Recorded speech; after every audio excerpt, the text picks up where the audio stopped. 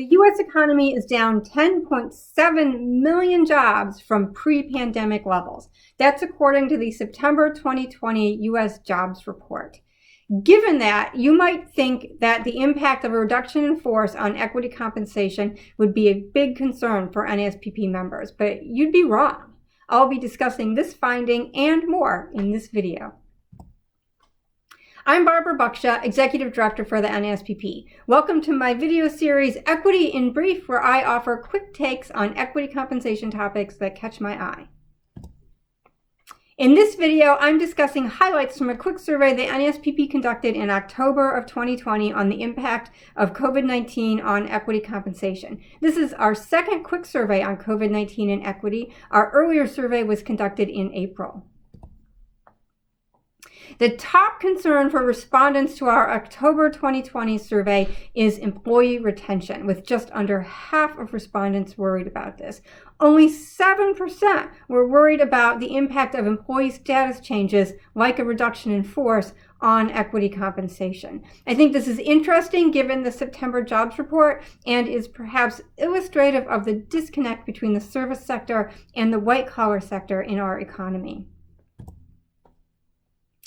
We also saw concerns shift from existing grants to future grants. Only 20% of respondents were concerned about adjusting targets for their existing performance awards. That's less than half the respondents that were concerned about that in our April survey. At the same time, over 40% of respondents were concerned about setting goals for their future grants. That's not even a question we asked in April. It was a little too early to even be thinking about future grants.